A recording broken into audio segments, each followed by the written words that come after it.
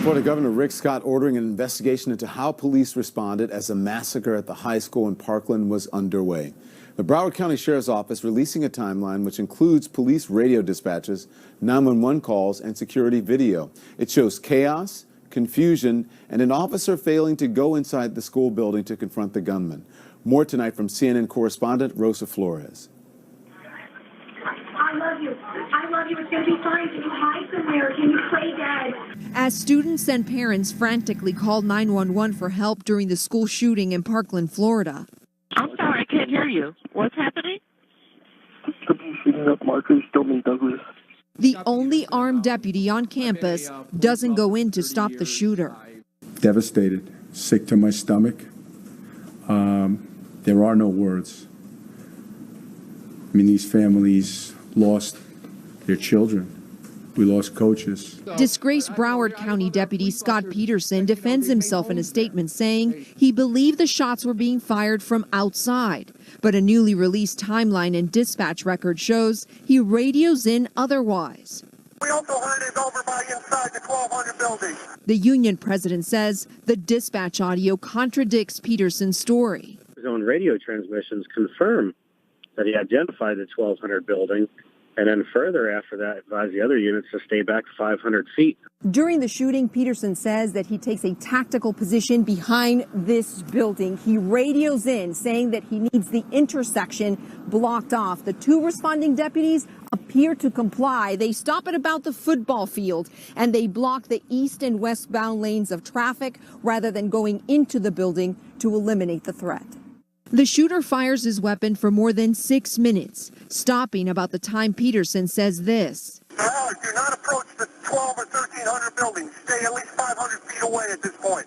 At that point, the shooter blends in with other students and flees the scene. At no point do the various responding agencies share a single line of communication. I hear shots fired by the football field. Shots fired by the football field. And the radio traffic reflects the resulting chaos. Need more details on 97, the south side of the school. Make sure I have a unit over in the front of the school. Make sure nobody comes inside the school. Chaos that must have seemed endless for those calling for help inside. There's just a lot of confusion right now. The new timeline reveals it takes law enforcement officers more than 11 minutes to enter and render aid. Thank you for all your help. I hope this turns out to be not as bad. Yes, I hope so too. Thank you so much again, okay? Rosa Flores, CNN, Parkland, Florida. And CNN reached out to Scott Peterson for a comment, but we haven't heard back. I want to bring in now Jeff Rorta, a retired police officer who's the author of The War on Police, and Neil Franklin, a retired major with the Maryland State Police, who's executive director of the Law Enforcement Action Partnership. Good evening to both of you. It's awful when you just sort of reliving that. You know, Jeff, we just heard that timeline. Peterson tells other officers to not approach the school building. Meanwhile, frantic parents are calling and kids and teachers are dying. It's unbelievable. Yeah, and I think you get a flavor now that these tapes have been released of how frantic and chaotic these situations are, these live fire situations. And, you know, the video is just chilling and hard to listen to when you know what's going on inside that building in hindsight. Yeah. Neil, looking at the response to this shooting now, I mean, when you hear the confusion on the radio, and we've learned the police departments couldn't even talk to each other, there were so many points where the response went wrong. How do you address it and try to fix this?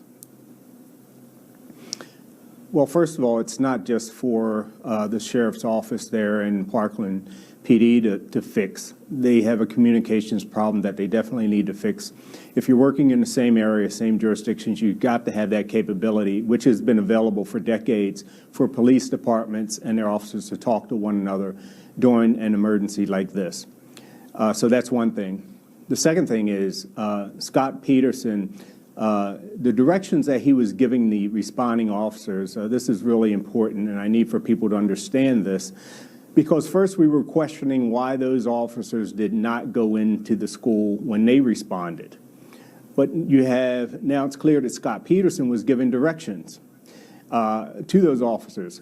And those officers, because they're not on the scene, are going to rely 100% on what's communicated to them by the person who's on the scene, because they don't want to come into a very dangerous situation. They don't know if the shooting is outside and whether a long gun is being used. So they're going to rely on that officer until they get there and can see for themselves. But here's the other thing, Don. When they did arrive, and a few minutes did go by, they were then in a position to see and recognize that the shooting was in the school. There was a time when the students started coming out of the school. They recognized that there was a young man, a student who had been shot in the leg, but they still did not go in. And that's alarming to me. And I'm trying to figure that piece out, because this was 11 minutes before they eventually went in. And I think he stopped shooting after 6 minutes of arriving at the school. Yeah. And so you had injured students, people in that school who needed immediate attention. Yeah, so many things went wrong. Jeff, I'm wondering what your reaction, though, is to Governor Rick Scott signing the Marjorie Stoneman Douglas School Public Safety Act into law today. Do you think that's a good thing? Well, I think that this shooting has hastened a national dialogue on how we balance trying to protect the rights of law-abiding citizens having access to firearms against keeping them out of the hands of people who are mentally ill or too young to safely use them. Yeah. Here's what the bill requires, and I'm going to read it so that our viewer knows. It requires all individuals purchasing firearms to be 21 years older. It imposes a 3-day waiting period for most gun purchases. However, the assault weapon ban was not included in the bill. Do you think it should have been, Jeff? Well, I think all good legislation leaves the people on both sides of the debate a little unhappy. There's some things in there that the NRA didn't want in there. There's some things in there that the anti-gun advocates did want in there. This is not an easy question. I mean, balancing the right to firearms against the danger that they pose when they're in the wrong hands is a tough question, and it's one we're going to wrestle with in this country for a long time. Yeah. So, Neil, the bill also contains a provision that allows teachers to arm themselves. And many African-American folks are concerned about teachers having guns. If cops come into a school where there's an active shooter and they see a black person with a gun, they're worried that the cops may somehow shoot the wrong person too quickly because of some sort of bias. Well, I think it's been proven that there's definitely bias in policing, and we have a lot of work to do there as far as educating our police officers on implicit bias and getting them to recognize this being something that's in themselves. But beyond that, Don, teachers shouldn't have guns. They're there to teach. There's so much that goes, so much responsibility that comes with that. Where do you store the gun? What happens when you go to the restroom?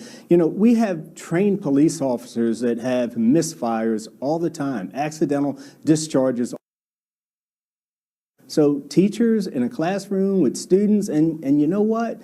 Students get inquisitive. And if they know that a teacher has a gun or firearm, it's possible it may disappear.